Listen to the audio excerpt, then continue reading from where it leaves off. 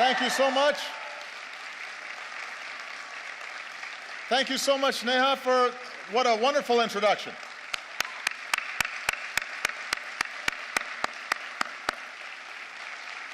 Everybody, please have a seat. Nothing fills me with more hope than when I hear incredible young people like Neha and all the outstanding work that she's doing on behalf of India's youth and for representing this nation's energy and its optimism and its idealism. She makes me very, very proud. And I'm sure, I think that may be her. Is that somebody related to you? Okay, because we just had a chance to meet, and she's beaming with pride right now, sitting next to you. Give Neha a big round of applause once again.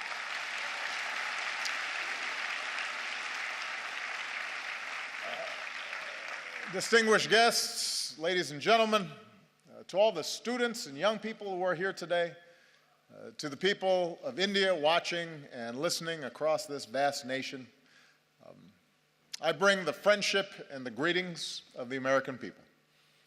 On behalf of myself and Michelle, thank you so much for welcoming us back to India. Bahut dhanyavad.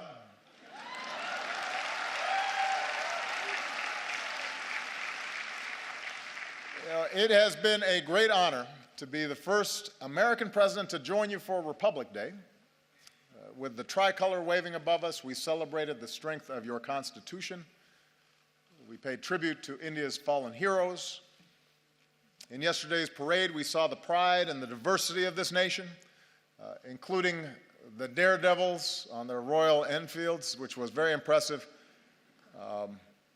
Secret Service does not let me ride motorcycles, especially not on my head. I realize that the sight of an American president as your chief guest on Republic Day would once have seemed unimaginable, but my visit reflects the possibilities of a new moment. As I've said many times, I believe that the relationship between India and the United States can be one of the defining partnerships of the century. When I spoke to your parliament on my last visit, I laid out my vision for how our two nations can build that partnership. And today I want to speak directly to you, the people of India, about what I believe we can achieve together and how we can do it. And my commitment to a new chapter between our countries flows from the deep friendship between our people. And Michelle and I have felt it ourselves. I recognized India with the first state visit of my presidency, where we also danced to some pretty good Bhangra. For the first time, we brought Diwali to the White House. On our last celebration here,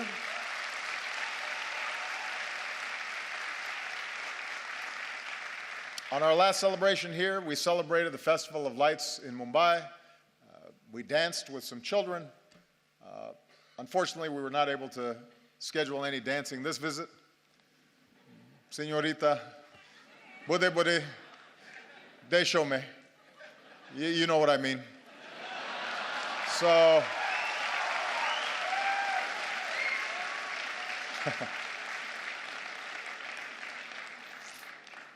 everybody said, by the way, how much better a dancer Michelle was than me, which hurt my feelings a little bit. On a more personal level, India represents an intersection of two men who've always inspired me. When Reverend Dr. Martin Luther King Jr. was protesting racial segregation in the United States, he said that his guiding light was Mahatma Gandhi. When Dr. King came to India, he said that being here in Gandhi's land reaffirmed his conviction that in the struggle for justice and human dignity, the most potent weapon of all is nonviolent resistance. And those two great souls are why we can gather here today, Indians and Americans, equal and free. And there's another link that binds us. More than 100 years ago, America welcomed a son of India. Swami Vivekananda Vivekananda. And Swami Vivekananda helped bring Hinduism and yoga to our country. And he came to my hometown of Chicago. And there, at a great gathering of religious leaders, he spoke of his faith and the divinity in every soul and the purity of love. And he began his speech with a simple greeting: sisters and brothers of America. So today, let me say, sisters and brothers of India.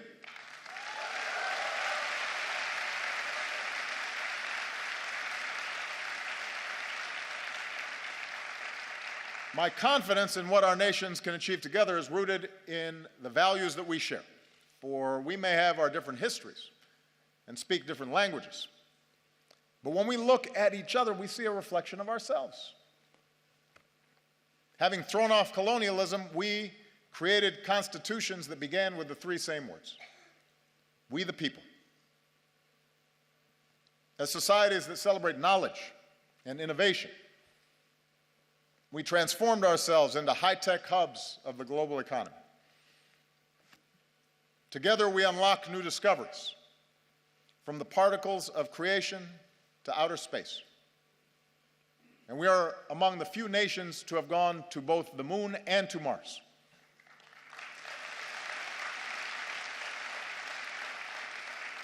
And here in India, this dynamism has resulted in a stunning achievement. You've lifted countless millions from poverty and built one of the world's largest middle classes.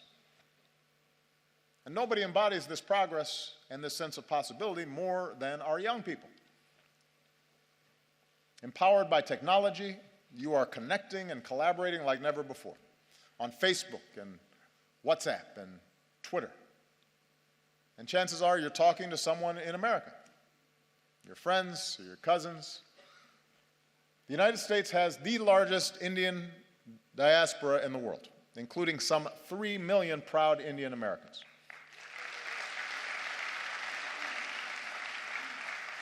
And they make America stronger, and they tie us together. Bonds of family and friendship that allow us to share in each other's success. So for all these reasons, India and the United States are not just natural partners. I believe America can be India's best partner. I believe that.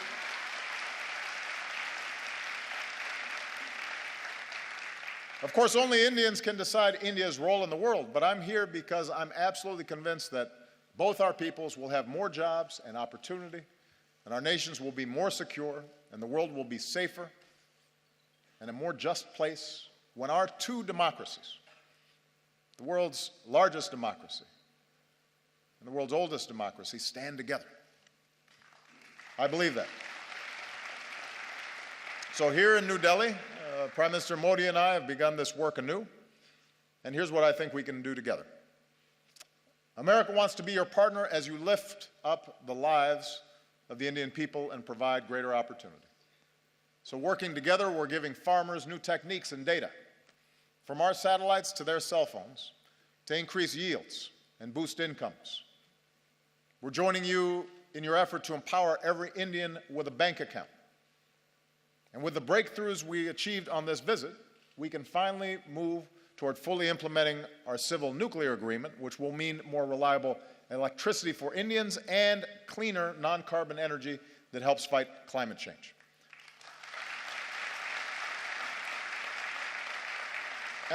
And I don't have to describe for you what more electricity means. Students being able to study at night, businesses being able to stay open longer and hire more workers, farmers being able to use mechanized tools that increase their productivity, whole communities seeing more prosperity.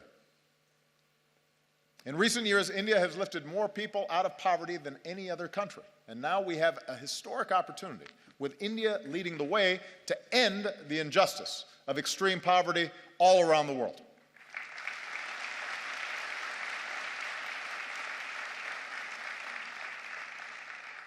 America wants to be your partner as you protect the health of your people and the beauty of this land, from the backwaters of Kerala to the banks of Ganga.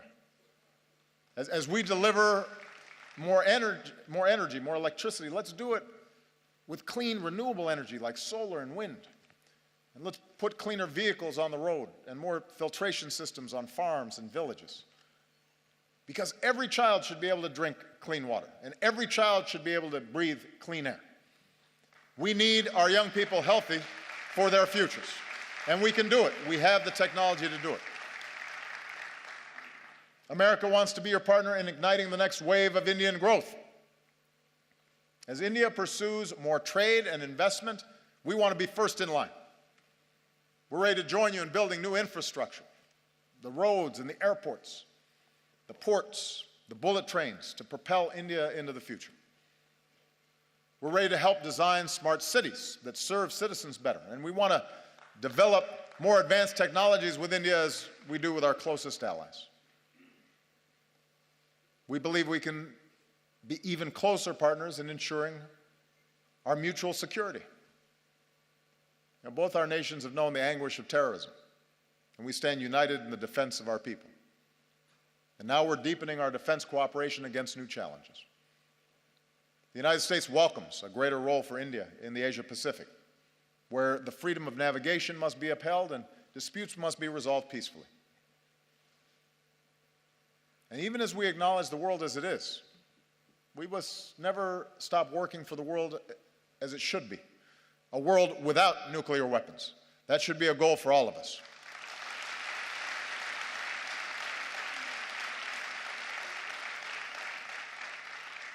I believe if we're going to be true global partners, then our two nations must do more around the world together.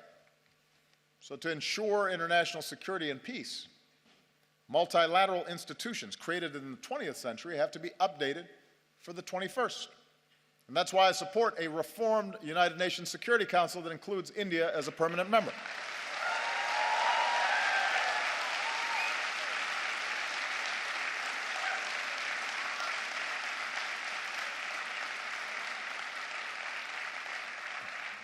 Of course, as I've said before, with power comes responsibility. In this region, India can play a positive role in helping countries forge a better future. From Burma to Sri Lanka, where today there's new hope for democracy. With your experience in elections, you can help other countries with theirs. With your expertise in science and medicine, India can do more around the world to fight disease and develop new vaccines, and help us end the moral outrage of even a single child dying from a preventable disease. Together, we can stand up against human trafficking and work to end the scourge of modern-day slavery.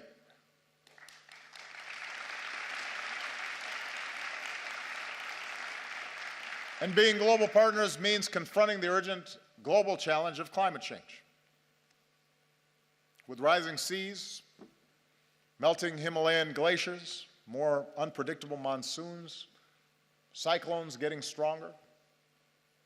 Few countries will be more affected by a warmer planet than India. Now, the United States recognizes our part in creating this problem, so we're leading the global effort to combat it. And today I can say that America's carbon pollution is near its lowest level in almost 2 decades. I know the argument made by some that it's unfair for countries like the United States to ask developing nations and emerging economies like India to reduce your dependence on the same fossil fuels that help power our growth for more than a century. But here's the truth. Even if countries like the United States curb our emissions, if countries that are growing rapidly like India, with soaring energy needs, don't also embrace cleaner fuels, then we don't stand a chance against climate change. So we welcome India's ambitious targets for generating more clean energy. We'll continue to help India deal with the impacts of climate change, because you shouldn't have to bear that burden alone. And as we keep working for a strong global agreement on climate change, it's young people like you who have to speak up so we can protect this planet for your generation. I'll be gone when the worst effects happen. It's your generation and your children that are going to be impacted. And that's why it's urgent that we begin this work right now. Development that lifts up the lives and health of our people, trade and economic partnerships that reduce poverty and create opportunity, leadership in the world that defends our security and advances human dignity and protects our planet. That's what I believe India and America can do together. So with the rest of my time, I want to discuss how we can do it. Because in big and diverse societies like ours, progress ultimately depends on something more basic, and that is how we see each other. And we know from experience what makes nations strong. Neha, I think, did a great job of describing the essence of what's important here. We are strongest when we see the inherent dignity in every human being. Look at our countries, the incredible diversity, even here in this hall. India is defined by countless languages and dialects in every color and caste and creed, gender and orientations. And likewise in America, we're black and white and Latino and Asian and Indian American and Native American. Your Constitution begins with the pledge to uphold the dignity of the individual. And our Declaration of Independence proclaims that all men are created equal. In both our countries, generations have worked to live up to these ideals. And when he came to India, Martin Luther King Jr. was introduced to some school children as a fellow untouchable. My grandfather was a cook for the British Army in Kenya. The distant branches of Michelle's family tree include both slaves and slave owners. When we were born, people who looked like us still couldn't vote in some parts of the country. Even as America has blessed us with extraordinary opportunities, there were moments in my life where I've been treated differently because of the color of my skin. Many countries, including the United States, grapple with questions of identity and inequality and how we treat each other, people who are different than us, how we deal with diversity of beliefs and of faiths. And right now, in crowded neighborhoods not far from here, a man is driving an auto rickshaw or washing somebody else's clothes or doing the hard work no one else will do. And a woman is cleaning somebody else's house. And a young man is on a bicycle delivering lunch. A little girl is hauling a heavy bucket of water. And I believe their dreams, their hopes, are just as important, just as beautiful, just as worthy as ours. And so even as we live in a world of terrible inequality, we're also proud to live in countries where even the grandson of a cook can become president, or even a Dalit can help write a constitution, and even a tea seller can become prime minister.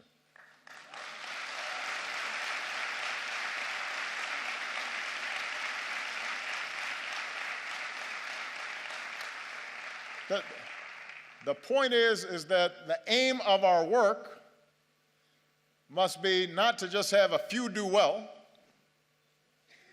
but to have everybody have a chance.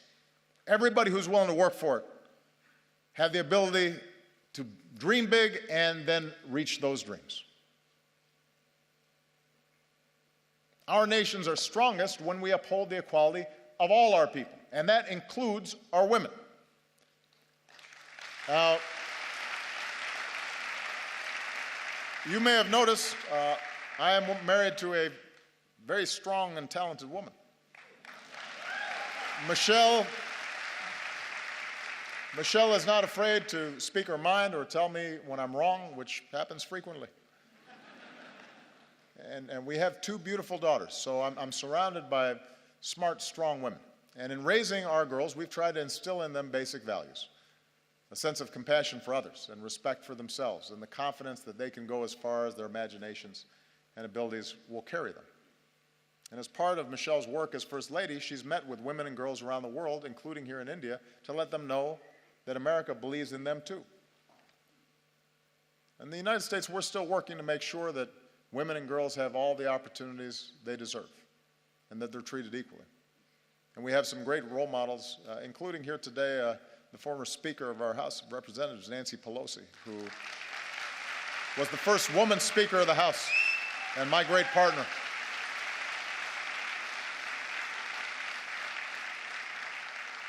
And here in India, it's the wives and the mothers who so often hold families and communities together.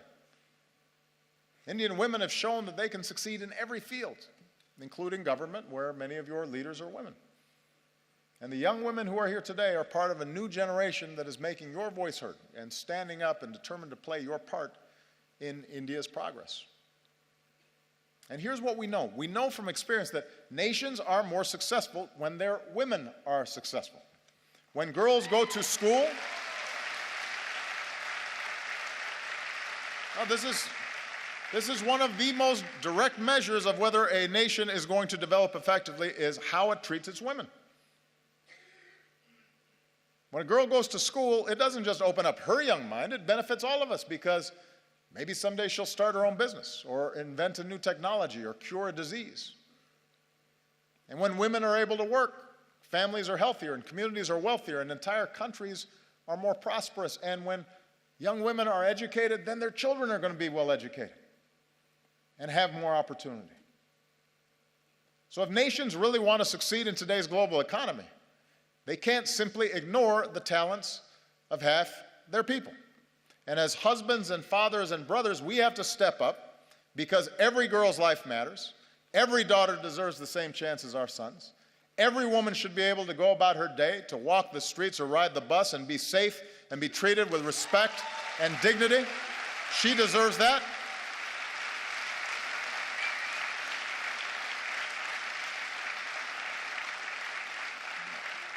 And one of the favorite things about this trip for me has been to see all these incredible Indian women in the armed forces, including the person who commanded the guard that greeted me when I arrived. It's remarkable, and it's a sign of great strength and great progress. Our nations are strongest when we see that we are all God's children, all equal in His eyes and worthy of His love. Across our two great countries, we have Hindus and Muslims, Christians and Sikhs and Jews and Buddhists and Jains and so many faiths. And we remember the wisdom of Gandhiji, who said, "For me, the different religions are beautiful flowers from the same garden, or they are branches of the same majestic tree." Branches of the same majestic tree. Our freedom of religion is written into our founding documents. It's part of America's very first amendment. Your Article 25 says that all people are equally entitled to freedom of conscience and the right freely to profess, practice, and propagate religion. In both our countries, in all countries, upholding this fundamental freedom is the responsibility of government, but it's also the responsibility of every person. In our lives, Michelle and I have been strengthened by our Christian faith.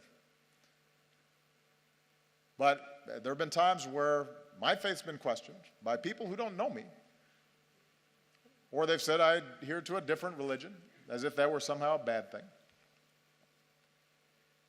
Around the world, we've seen intolerance and violence and terror perpetrated by those who profess to be standing up for their faith, but in fact are betraying it. No society is immune from the darkest impulses of man, and too often, religion has been used to tap into those darker impulses as opposed to the light of God. 3 years ago in our state of Wisconsin, back in the United States, a man went into a Sikh temple and in a terrible act of violence killed 6 innocent people, Americans and Indians. And in that moment of shared grief, our two countries reaffirmed a basic truth, as we must again today, that every person has the right to practice their faith how they choose, or to practice no faith at all, and to do so free of persecution and fear and discrimination.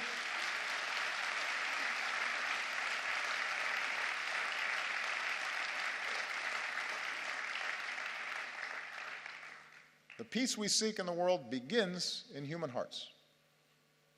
And it finds its glorious expression when we look beyond any differences in religion or tribe and rejoice in the beauty of every soul. And nowhere is that more important than India. Nowhere is it going to be more necessary for that foundational value to be upheld. India will succeed so long as it is not splintered along the lines of religious faith, so long as it's not splintered along any lines and is unified as one nation. And it's when all Indians, whatever your faith, go to the movies and applaud actors like Shah Rukh Khan, and when you celebrate athletes like Milkha Singh or Mary Kom. And every Indian can take pride in the courage of a humanitarian who liberates boys and girls from forced labor and exploitation, who's here today. Kailash Satyarthi, our most recent winner of the Nobel Prize for Peace. So that's what unifies us. Do we act with compassion and empathy? Are we measured by our efforts, by what Dr. King called the content of our character, rather than the color of our skin or the manner in which we worship our God? In both our countries, in India and in America, our diversity is our strength, and we have to guard against any efforts to divide ourselves along sectarian lines or any other lines. And if we do that well, if America shows itself as an example of its diversity and yet the capacity to live together and work together in common effort, in common purpose, if India, as massive as it is, with so much diversity, so many differences, is able to continually affirm its democracy, that is an example for every other country on earth. That's what makes us world leaders. Not just the size of our economy or the number of weapons we have, but our ability to show the way in how we work together and how much respect we show each other. And finally, our nations are strongest when we empower our young people. Because ultimately, you're the one who has to break down these old stereotypes and these old barriers, these old ways of thinking. You know, prejudices and stereotypes and assumptions, those are what happens to old minds like mine. I'm getting gray hair now. I was more youthful when I first started this office. And that's why young people are so important in these efforts. Here in India, most people are under 35 years old. And India is on track to become the world's most populous country. So young Indians like you aren't just going to define the future of this nation, you're going to shape the world. Like young people everywhere, you want to get an education and find a good job and make your mark, and it's not easy. But in our two countries, it's possible. Remember, Michelle and I don't come from wealthy backgrounds or famous families. Our families didn't have a lot of money. We did have parents and teachers and communities that cared about us, and with the help of scholarships and student loans, we were able to attend some of the best schools in the world. Without that education, we wouldn't be here today. So whether it's in America or here in India or around the world, we believe young people like you ought to have every chance to pursue your dreams as well. So as India builds new community colleges, we'll link you with our own, so more young people graduate with the skills and training to succeed. We'll increase collaborations between our colleges and universities and help create the next Indian Institute of Technology.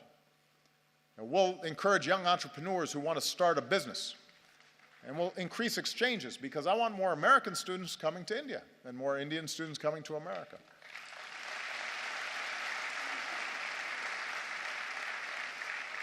And that way we can learn from each other and we can go further. Because one other thing we have in common, Indians and Americans are some of the hardest working people on earth. And I've seen that. Michelle and I have seen that in a family here in India. I just want to tell you a quick story. On our last visit here, we visited Humayun's tomb. And while we were there, we met some of the laborers who are the backbone of this nation's progress. We met their children and their families as well, and some wonderful young children with bright smiles, sparks in their eyes. And one of the children we met was a boy named Vishal. And today, Vishal is 16 years old, and he and his family live in South Delhi in the village of Murband. This is Vishal. And his mother works hard in their modest home, and his sister is now in university. She wants to become a teacher. His brother is a construction worker earning his daily wage. And his father works as a stone layer farther away, but sends home what little he makes so Vishal can go to school. And Vishal loves math, and mostly he studies. And when he's not studying, he likes watching Kubudi. And he dreams of someday joining the Indian Armed Forces. And we're grateful that Vishal and his family joined us today. We're very proud of him because he's an example of the talent that's here. And Vishal's dreams are as important as Malia and Sasha's dreams, our daughters. And we want him to have the same opportunities. Sisters and brothers of India. Now, we are not perfect countries, and we've known tragedy and we've known triumph. We're home to glittering skyscrapers, but also terrible poverty, and new wealth, but also rising inequality. We have many challenges in front of us. But the reason I stand here today, and I'm so optimistic about our future together, is that despite our imperfections, our two nations possess the keys to progress in the century ahead. We vote in free elections. We work and we build and we innovate. We lift up the least among us. We reach for heights previous generations could not even imagine. We respect human rights and human dignity, and it is recorded in our constitutions. And we keep striving to live up to those ideals put to paper all those years ago. And we do these things because they make our lives better and safer and more prosperous, but we also do them because our moral imaginations extend beyond the limits of our own lives. And we believe that the circumstances of our birth need not dictate the arc of our lives. We believe in the father working far from home, sending money back so his family might have a better life. We believe in the mother who goes without so that her children might have something more. We believe in the laborer earning his daily wage and the student pursuing her degree. And we believe in a young boy who knows that if he just keeps studying, if he's just given the chance, his hopes might be realized too. We are all beautiful flowers from the same garden, branches of the same majestic tree. And I'm the first American president to come to your country twice, but I predict I will not be the last, because as Americans, we believe in the promise of India. We believe in the people of India. We are proud to be your friend. We are proud to be your partner as you build the country of your dreams. Jai Hind. Thank you.